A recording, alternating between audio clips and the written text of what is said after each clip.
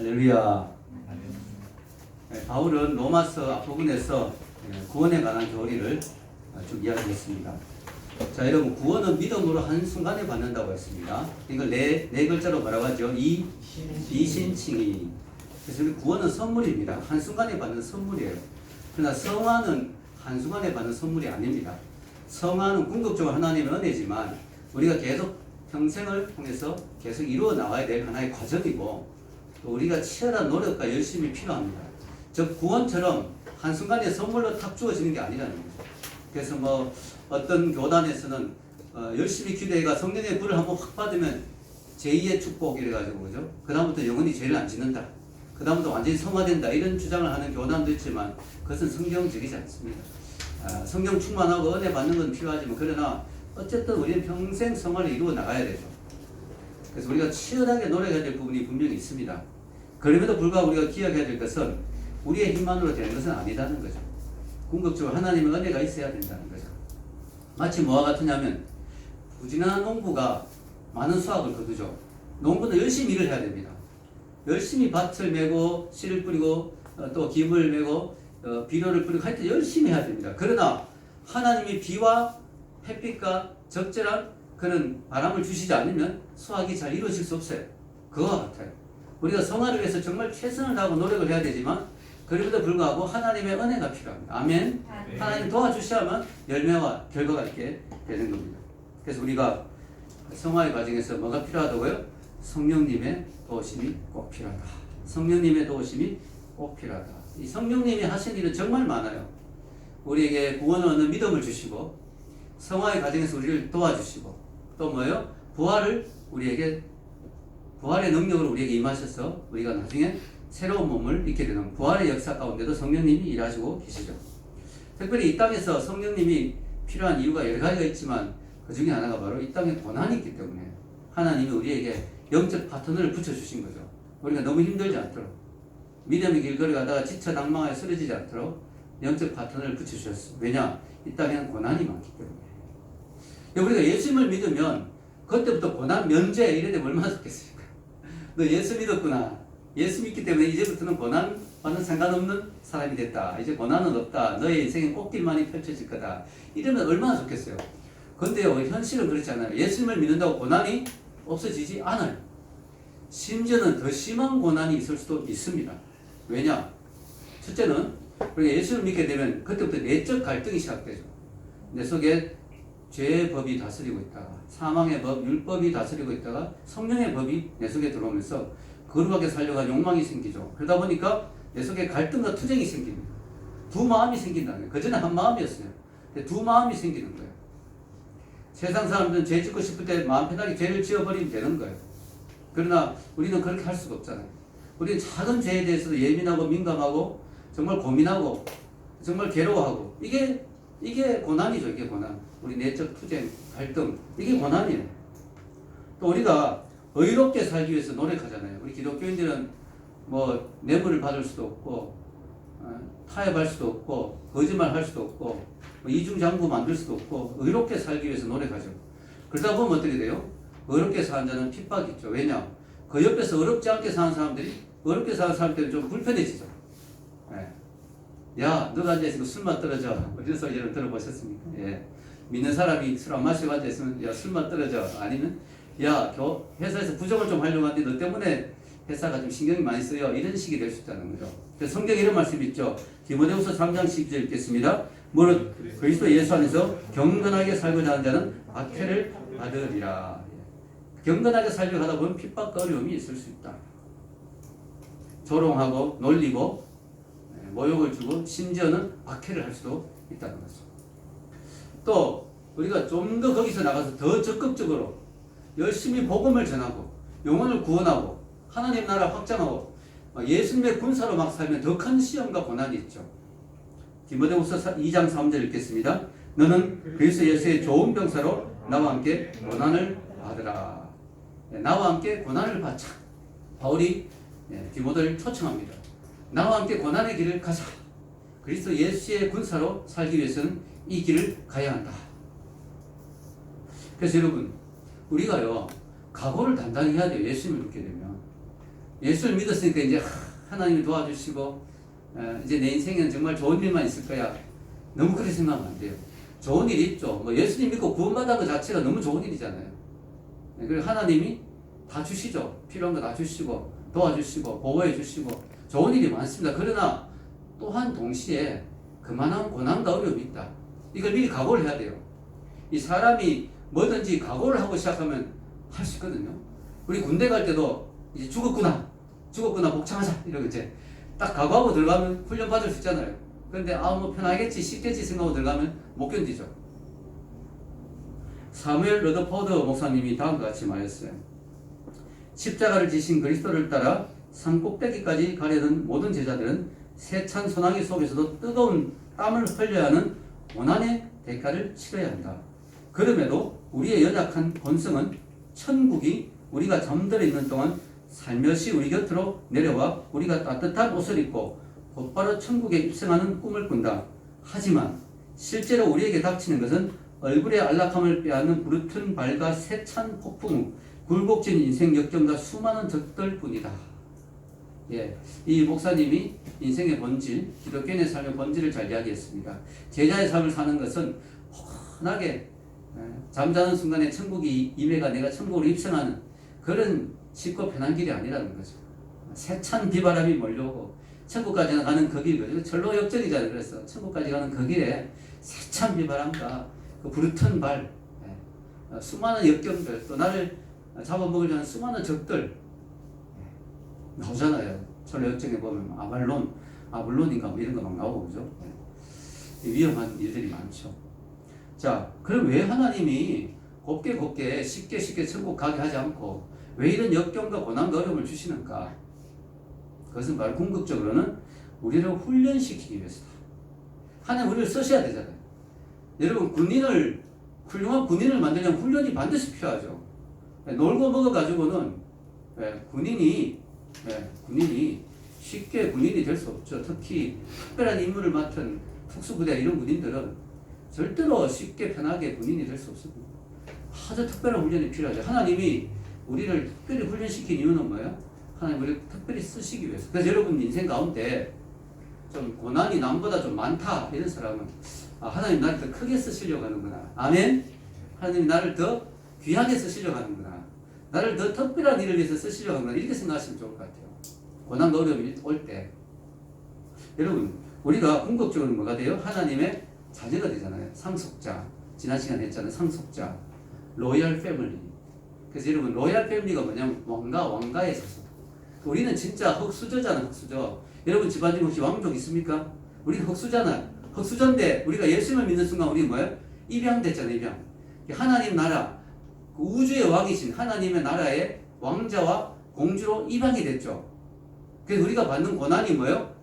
왕자 수업, 공주 수업. 할렐루야. 그렇게 생각하면 얼마나 감사한지 몰라요.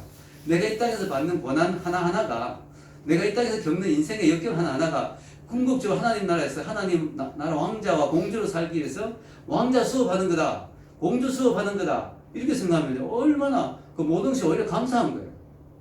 우리 기독교인들은요 세상 사람과 달리 고난 가운데 감사했어요. 왜냐하면 우리의 고난들은 의미 없는 고난이 아니기 때문에. 여러분 사람이 정말 힘든 게 의미 없는 고난이 힘들잖아요. 죽을 고생을 하는데 내가 이 고생을 해야 되는지 모르겠어. 너무 억울해. 이건 너무 억울한 거죠. 너무 힘든 거죠. 그러나 우리 기독교인들은 소망이 있는 것이, 고난이 뭐냐? 궁극적으로는 하나님의 나라의 왕자다운, 공주다운, 하나님의 자녀다운 그 훈련, 그 과정, 그 모든 과정이라 생각할 때 의미가 있고 감사가 있는 거죠. 아멘? 너무 감사한 거죠. 여러분 장교들이 훈련받을 때 내가 장교가 되기 위해서 훈련받을 생각하면 웬만한 거 참을 수 있잖아요. 저는 이제 그랬지요. 네. 장교가 되는데 내가 그러면서 이 기합을 받으러 딱, 여러분 장교들은 딱 기합을 받을 때 벌써 딱 자세가 달라요. 맞는 몽둥이를 맞을 때도 자세가 다르다. 내가 장교가 될 사람인데 벌써 자세가 다르죠. 특수부대면 더 다르죠. 내가 특수부대인데 이래 되잖아요. 그래서 해병들이 자부심이 대단, 한번 해병은 영원한 해병이다. 자부심이 대단한 게 자기들 특별한 훈련을 받았다는 거죠. 우리가요 의미 없는 고난이 없어요. 기독교인들은요 하나도 의미 없는 고난이 없습니다. 믿습니까? 우리에게는 의미 없는 고난이 없습니다. 훈련이고 연단이고 이 하나님 나라에서 찬란하게 빛나는 별같이 빛나는 존재가 되기 위해서 하나님 우리를 훈련시키고 연단시키시는 겁니다. 마치 요셉이 많은 훈련을 받아서 애굽의 총리가 되었어. 그가 정말 반짝반짝 빛나는 인생이 되었듯이 그 모든 연단과 훈련의 과정이 없었으면 요셉이 그런 위대한 인품의 사람이 됐겠습니까? 예. 요셉이 옛날에 인품은 그렇게 대단하진 않았거든. 형들 막 일러바치고 형들 막 비난하고 이런 좀 많았거든요. 요셉이 약간 철없는 게 있었어요. 근데 워낙 연단 훈련을 받으니까 요셉이 총리가 돼도 사람이 늠름하잖아요. 보디발의 아내한테 보복도 안 하고 그죠? 요셉이 정말 인격이 형들한테 복수도 안 하고 인격이 다 연단이 된 거죠. 여러분 우리가 당하는 고난, 이 고난 끝에는 영광이 기다리고 있습니다. 이게 너무 놀라운 거죠. 고난 끝에 허망함이 기다리는 게 아니고 고난 끝에 허무가 기다리는 게 아니고 영광이 기다리고 있다. 우리 18절이 바로 이 말씀입니다. 우리 요즘 로마서 8장 암송하고 있는데요. 다 까먹더라도 18절 하나는 좀 외우면 좋겠어요. 자, 우리 읽어봅시다. 생각하건대 현재의 고난은 장차 우리에게 나타난 영광과 비교할 수 없다. 우리가 고난이 막 볼 때 기억하면 현재의 고난은 장차 다가올 영광과 비교할 수 없다. 여러분 바울이 이 말을 했죠. 지금 바울이 고난이 뭔지 몰라서 이런 소리 한 게 아니에요. 바울이 순진해가 고난이 뭔지를 잘 몰라가 세상만 사지 못 봤어 이런 소리 하는 게 아니에요. 여러분 알다시피 바울은 뭐요? 죽을 정도로 고난을 받은 사람이에요. 죽을 만큼 고난을 당한 사람이 바울이에요. 근데 바울이 내가 현재 당한 이 고난은 앞으로 다가올 영광과 아예 비교가 안 된다. 여기 비교할 수 없다를 원어로 보면요. 이 원어로 이렇게 조사해 보니까 비교할 가치가 없다라고 원어입니다. 이 원어의 의미가. 너무너무 차이가 나가지고 비교할 가치가 없다. 아예 비교의 가치가 없다. 마치 저 다리 밑에 거지의 재산과 빌 게이츠의 재산을 비교할 가치가 없잖아요. 이게 너무 차이가 나니까. 어느 정도 비슷해야 뭐 비교가 되지. 아예 비교할 가치가 없다는 것입니다. 이게. 우리 이 바울이 고난이 적어서 이런 소리 하는 게 아니에요. 내 고난이 너무 작기 때문에 비교할 대상이 안 된다. 이게 아니고 바울의 고난은 죽을 것 같은 고난이에요. 그러나 그 앞에 다가온 영광이 너무너무 크기 때문에 비교가 안 된다는 거예요. 아무리 큰 고난도 이 영광하고 비교가 안 된다는 거예요. 영광이 너무 커서 비교가 안 된다는 거죠. 여러분 바울은 하나님의 영광을 본 사람이에요. 안 보고 이런 소리 하면 바울이 이걸 몰라서 그런 건가 이렇게 생각할 수 있지만 바울은 어딜 갔다 왔어요? 삼청천. 예. 1천청이 어디예요? 새가 날아다니는 하늘, 비행기가 날아다니는 하늘. 2천천이 뭐예요? 우주, 로켓이 날아다니는 우주. 3천천이 뭐예요? 천국, 하나님 계신 천국. 그 바울은 자기가 고백하기를 3천청에 갔다 온 거죠. 이게 3천, 완전히 하나님 나라 들어갔다 온 거예요. 사람이 말로 다 할 수 없는 말을 듣고 갔다는 거예요. 근데 내가 도저히 말로 설명을 못하겠다. 바울이. 자, 바울이 지금 비교가 안 된다는 것은 자기가 하나님의 영광을 본 거예요. 봤더니 막 상상을 할 수 없는 이 고난은 진짜 아무것도 아니죠. 여러분 그래도 힘들죠. 이 땅에서. 그래도 힘들잖아요. 근데요 우리가 이걸 한번 생각해 보세요. 우리 밤에 악몽을 꾸는 수죠. 악몽을 꾸는 수가 막 연쇄 살인범에게 쫓긴다든가 악몽을 막 꾸고 막 죽을 것 같죠. 너무 괴롭죠. 막 그 쫓기는 시간들이 너무 막 지루하고 힘들고 막 너무 오래 가는 것 같죠. 그러나 꿈에서 깨고 나면 어떻게 돼요? 아무리 지난밤에 엄청난 걸 꿨더라도 뭐예요? 잠깐 꾼 것 같잖아요. 잠깐 지나간 것 같잖아요.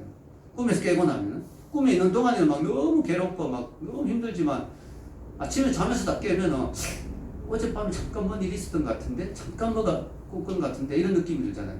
그래요. 우리가 지금 이 땅에서 60년, 70년, 100년 살면서 고난은 힘들어요. 여러분 살면서 하루하루가 너무 힘들 때가 있잖아요. 맞아요. 힘든 건 맞아요. 현실이에요. 그런데 천국 들어가게 되는 순간 어떻게 돼요? 천국에 입성하는 그 순간 잠깐 꿈꾼 것 같은 거예요. 내 인생에서 그 고난의 시간들이 천국의 영광이 너무 영원히 한없이 펼쳐지기 때문에 하나님 우리 눈물을 씻겨주시잖아요. 그래서 잠깐 악몽 꾸는 것 같은 거예요. 그래서 여러분이 이 땅에서 고난에 너무 함몰되지 마십시오. 아멘. 그것 때문에 너무 괴로워하지 마십시오. 우리 잠깐 지나가는 인생이에요. 잠깐 지나가는 인생. 금방입니다. 금방. 저도 벌써 50대가 넘었잖아요. 여러분과 같은 20대가 있었어요. 88 올림픽 때 제가 막 통역하고 막 이랬는데 금방이에요. 벌써 지금 20년 2020년이에요. 88년이었고 얼마 전 같은데 네, 금방입니다. 자 여러분 천국의 영광이 얼마나 클까 생각하는데 도저히 상상이 안 돼요. 그래서 하나님이 우리에게 우주를 주셨죠. 우주를 주신 이유가 뭘까요? 내가 만든 우주가 얼마나 큰지 봐라. 그걸 보면은 너가 누릴 영광이 얼마나 클지를 미리 짐작할 수 있지 않겠느냐. 자, 이 땅의 우주만 해도 우리는 끝을 모르잖아요. 하나님이 우주를 만드셨으니 하나님 우주보다 더 크실 거 아닙니까? 그 하나님 만드신 천국은 얼마나 크겠습니까? 우주가 얼마나 큰지 어떤 사람이 계산을 해보니까요. 이해하기 쉽도록 초속 100km로 달리는 로켓가 있다고 생각해 봅시다. 자, 여러분 시속 100km가 아니에요. 여러분 자동차 볼 때 시속 100km만 달려도 빠르잖아요. 근데 초속 100km. 초속 100km면 어느 정도 빠르냐면 서울에서 LA까지 1분 30초 정도 걸립니다. 초속 100km로 달리는 로켓가 있다. 그런 로켓으로 달려도요. 태양계를 벗어나는데 얼마 걸릴까요? 6천년의 시간이 걸립니다. 수검지와 목도천이면 이 태양계를 벗어나는 데마다 초속 100km로 달려도 6천년이 걸리고요. 은하계를 벗어나려면 얼마 걸린 줄 아세요? 3억 년의 시간이 필요해요. 그렇게 벗어났대도 은하계는 뭐예요? 전체 우주에서 아주 작은 하나의 은하계에 불과하죠. 그런 게 얼마나 많습니까? 수백억 개의 은하계가 또 있잖아요. 그러니까 이 우주가 얼마나 큰지 상상할 수가 없어요. 여러분 이 하나님의 영광은 너무 크기 때문에 그 영광을 잠깐만 본 사람도 정말 그 영광의 흔적이 많이 남습니다. 예를 들어 모세가 잠깐 하나님과 대면하여 이야기하고 내려왔는데도 그 얼굴에 광채가 나서 사람들이 모세 얼굴을 못 쳐다봤죠. 그 영광이 그렇게 놀라운 거예요. 예수님이요 변화산에서 잠깐 자기 육신에 갇혀있는 하나님의 영광, 육신을 입고 이 땅에 오셨으니까 그 안에 신성이 있잖아요. 그걸 살짝 열어 보여줬어요. 그러니까 제자들이 그냥 정신을 잃어버렸어요. 베드로가 막 헛소리 막 하고 막 주여 뭐 여기 막 소막을 짚고 황당소리 막 하고 그 영광에 취해가지고 정신이 하나도 없는 거예요. 잠깐만 보여줬는데 그 영광의 커튼을 열고 살짝만 보여줬는데도 정신이 하나도 없는 거예요. 여러분 하나님의 영광은 엄청납니다.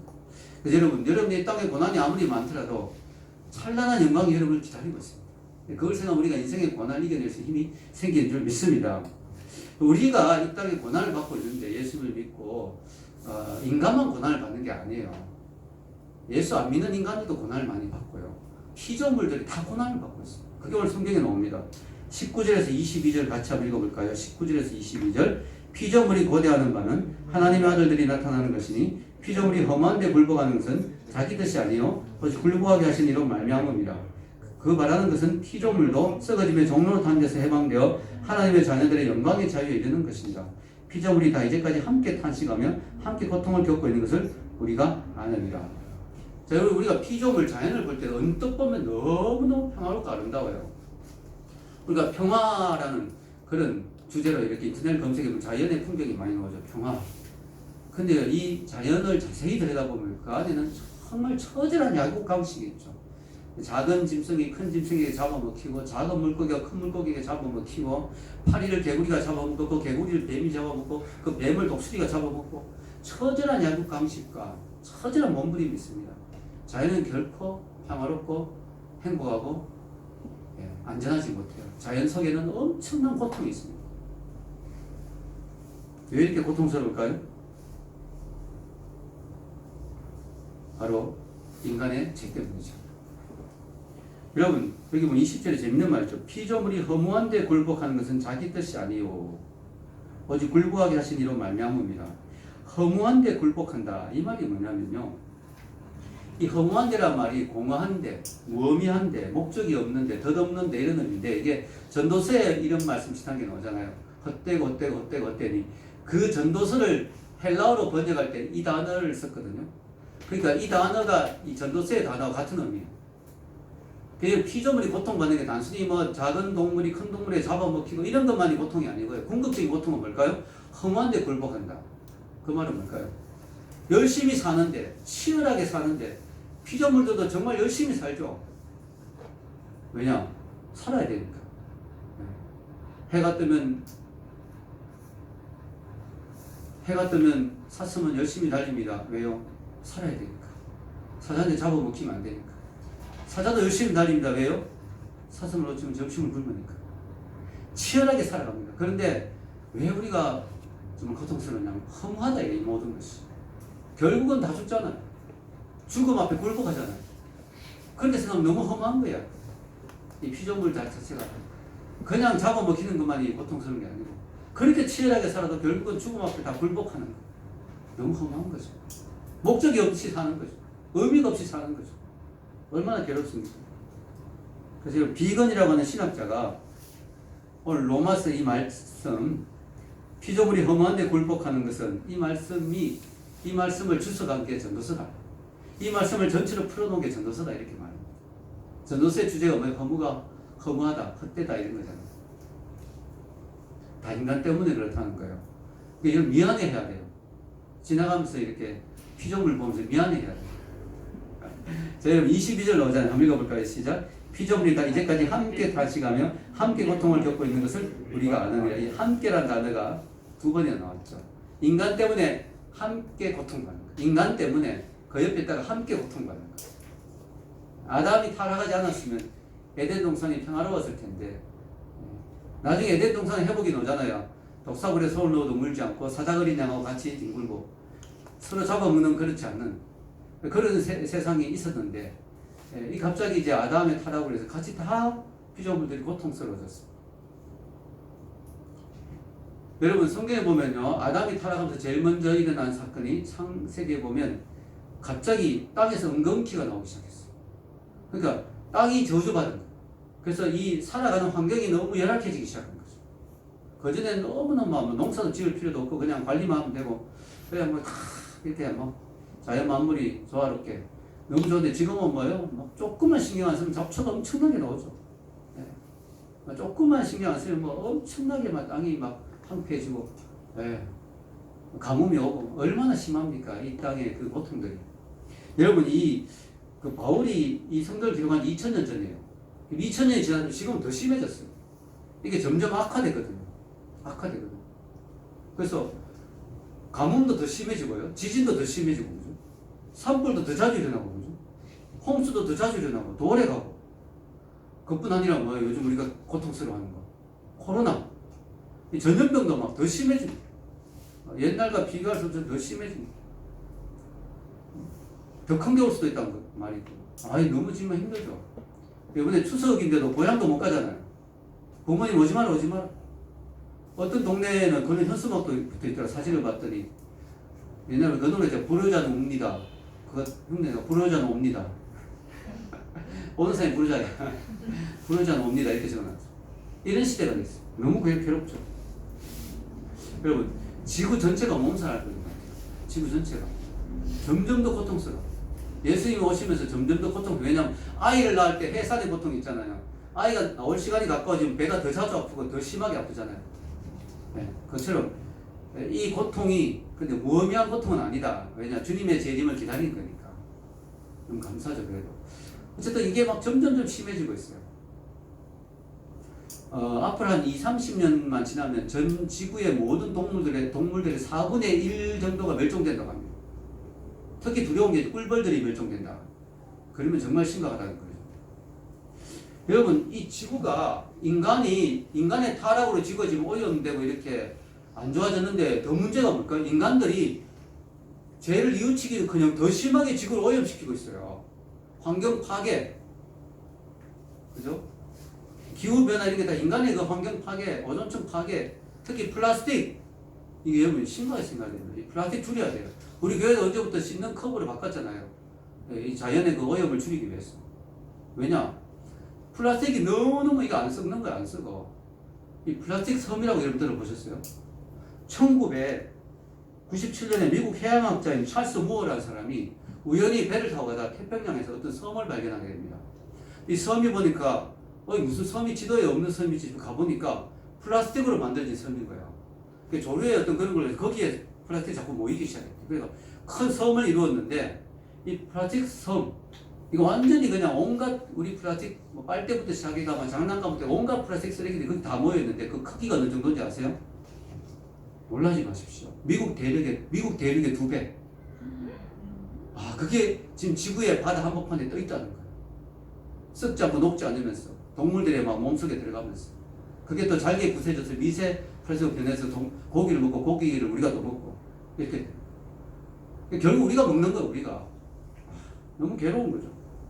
여러분 요즘 그 코로나가 가져온 좋은 점은 공장들이 많이 이제 문을 닫고 뭐 이러면서 공기가 많이 좋아졌어요. 그죠?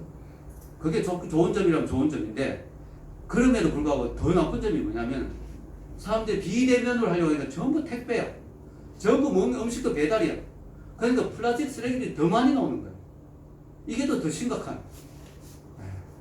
그래서 제가 이 말씀을 준비하다가 너무 마음이 아파가지고 진짜 이거 좀 좋은 플라스틱은 없을까? 자연히 분해되는 이런 게 너무 얼마나 좋을까 하면서 막 검색을 해봤어요. 너무 막 괴로워가 많아. 근데 하나님이 너무 놀라운 것들을 보여주셨어요. 100% 천연 플라스틱을 개발하고 있는 사람들이더라고요. 바이오 플라스틱. 이게 옥수수나 사탕수수 이런 전분에서 추출해가지고 그냥 깨물어 먹어도 되는, 먹어도 아무 해롭지 않은. 그런데 이걸 너무너무 잘 가공을 해가지고 그걸로 그릇도 만들고 심지어 건축 자재도 다 만들고 자동차의 대시보드도 만들고 그 정도 수준까지 지금 왔대요. 그래서 너무 감사하고 우리나라에 삼양그룹이 올해 7월 달에 세계에서 두 번째로, 우리나라 첫 번째로 바이오 플라스틱 공장을 열었답니다. 군산에. 할렐루야. 너무 감사하죠. 아, 삼양식품 정말 좋더라고요. 삼양라면을 많이 먹어줘야 되겠다. 이런 생각이 들었습니다. 아, 정말 고맙더라고요. 너무 고마운 거예요. 100% 몸에 괜찮아요. 이게 아마 비쌀 거예요. 그죠? 그냥 플라스틱. 이런 것들이 빨리 가격이 낮춰져서 모든 플라스틱을 이걸로 다 해야 돼. 그래서 이제 배고프면 플라스틱 한번 뜯어먹고, 그죠? 길 가다가. 그래도 될 정도로. 여러분, 그럼에도 불구하고 한계가 있다. 계속 자연은 지금 파괴되고 오염되고, 북극의 빙산도 녹고 있고, 어떻게 해야 되냐? 제가 얘기했죠. 궁극적인 답은 뭐냐? 예수님이 오셔야 됩니다. 마지막 해산의 고통이다. 예수님이 오셔야 됩니다. 19절에 그 답입니다. 19절 읽겠습니다. 피조물이 고대하는 바는 하나님의 아들들이 나타나는 것이니. 우리가 하나님의 아들인데 지금 하나님의 아들로 잘 안 나타나잖아요. 세상 사람들이 봐도 우리가 당신 하나님의 아들입니다 인정 안 하죠. 그러나 예수님이 오신 순간 우리가 찬란하게 빛나는 존재로 바뀌죠. 그게 바로 하나님의 아들들이 나타나는 순간입니다. 예수님의 재림, 그래서 우리가 하나님의 자녀의 신분을 완전히 회복하는, 하나님의 상속자로서 우리의 모습이, 본색이 드러나는 그 순간 이 세상의 모든 타락한 지구도 다, 오염된 땅도 다 회복될 거예요. 그게 바로 새하늘과 새 땅이에요. 아멘? 그날이 오고 있는 거예요. 그날이. 그게 와야 되는 거예요. 그걸 피조물이 어떻게 한다고요? 고대한다. 피조물이 신학을 안 하나? 성경을 안 하나? 어떻게 고대하지? 본능적으로 고대하는 거예요. 자, 여러분 19절 방금 나왔죠. 피조물이 고대하는 바는 하나님의 아들들이 나타나는 것이니. 그래서 우리 모든 피조물들이 속으로 탄식하면서 그날이 언제 올까? 새하늘과 새 땅이 모든 게 회복되는 그날이 언제 올까? 다 고통스러워서 갈망하고 있다는 거예요. 고대한다 이 말을 원어로 또 보니까요, 목을 쭉 빼고 기다린다는 것이에요. 다른 말로 하면 목 빠지게 기다리고 있다는 거예요. 목 빠지게. 여러분, 예수님이 오는 걸 우리 기독교인만 기다리는 게 아니고 온갖 피조물들이 목 빠지게 기다리고 있다는 거예요. 목 빠지게. 언제 그날이 올까? 언제 이 땅이 회복될까? 그날을 기다리고 있다는 거예요. 할렐루야. 그래서 우리는 그날을 같이 기다려야 돼요. 더 열렬히 기다려야 돼요. 우리 믿는 사람이, 우리 기독교인들이 더 열심히 기다려야 되죠. 우리가 쥐새끼나 고양이보다 덜 기다려야 되겠습니까? 피조물들보다 덜 기다려야 되겠습니까? 더 열렬히 기다려야지. 그리고 우리가 피조물들을 그때까지 잘 이렇게 간수하고 잘 관리할 책임이 있어요. 하나님이 아담에게 정복하고 다스리라 그랬죠. 이 정복하라는 것은 막 착취하라는 뜻이 아니에요. 잘 개발하고 잘 다스리라는 거예요.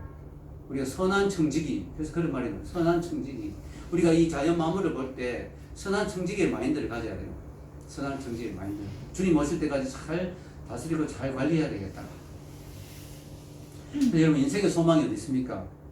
바로 주님이 오신, 모든 것이 다시 회복되는 그날, 우리의 고난이 영광으로 바뀌는 그날, 우리의 고난이 영광으로 바뀌는 그 순간, 그것이 우리 인생의 소망이에요. 그걸 기다리는 거예요. 23절입니다. 읽겠습니다.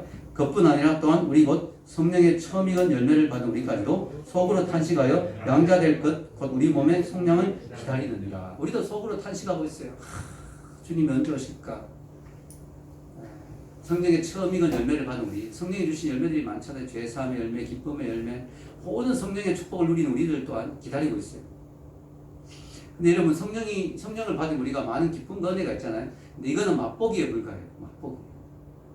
진짜 천국의 영광이 오면 그 모든 것이 정말 우리는 정말로 누리게 될 것입니다. 지금은 그걸 조금 맛보는 거예요.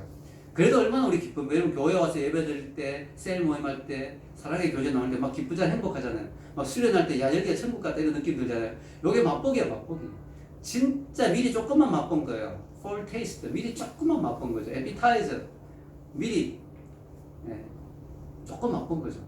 진짜 본다는 게 진짜가. 그걸 우리는 소망하며 기다린다. 아멘. 기다린다는 거예요. 자, 24절에서 25절 읽겠습니다. 우리가 소망으로 구원을 얻었으며 보이는 소망이 아니니 보는 것을 누가 바라리요. 만일 우리가 보지 못한 것을 바라면 참음으로 기다릴지니라. 아멘. 원래 소망은 보이지 않는 걸 바라고 기다리는 게 소망이에요. 눈에 보이면 그 현실이지 소망이겠습니까? 보이지 않는 걸 기다리는 게 소망이에요. 그게 또 믿음이죠. 보이지 않는 걸 이루어질 것을 믿고 기다리는 것이 믿음이죠.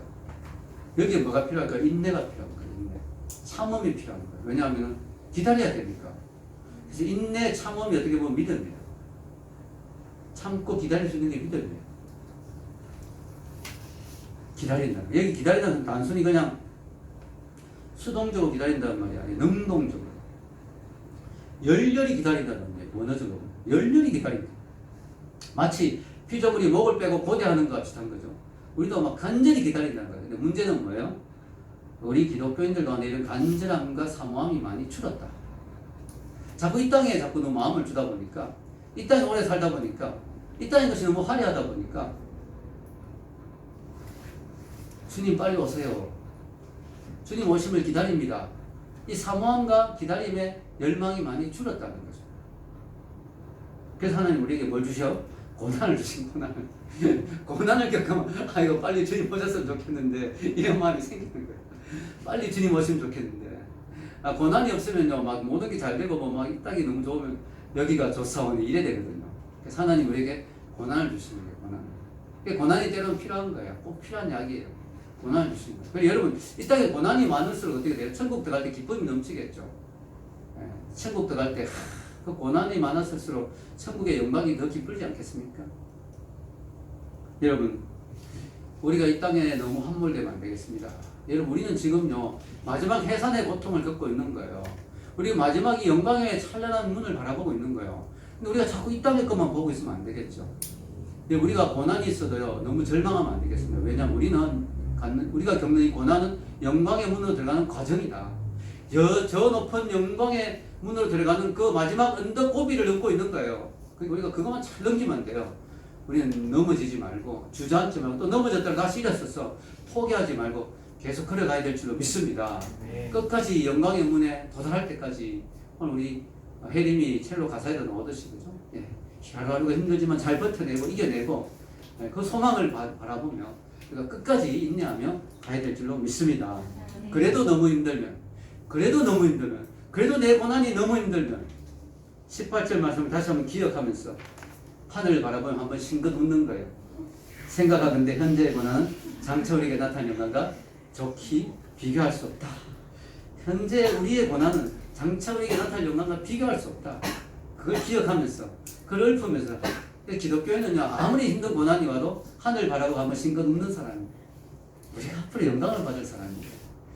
비교가 되나 이게? 오늘 말씀을 기억하면서요 믿음의 길 끝까지 걸어가서 영광의 문에 다 같이 들어가는 저와 여러분들에게 주의 이름으로 축원합니다. 같이 기도하겠습니다.